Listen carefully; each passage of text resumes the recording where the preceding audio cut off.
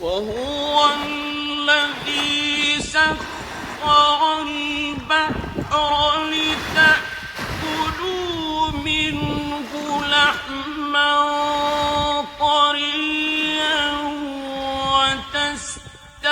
وتستخرجوا منه حلية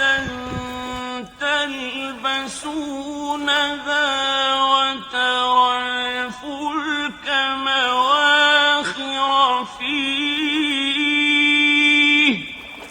وترى الفلك مواخر فيه ولتبتغوا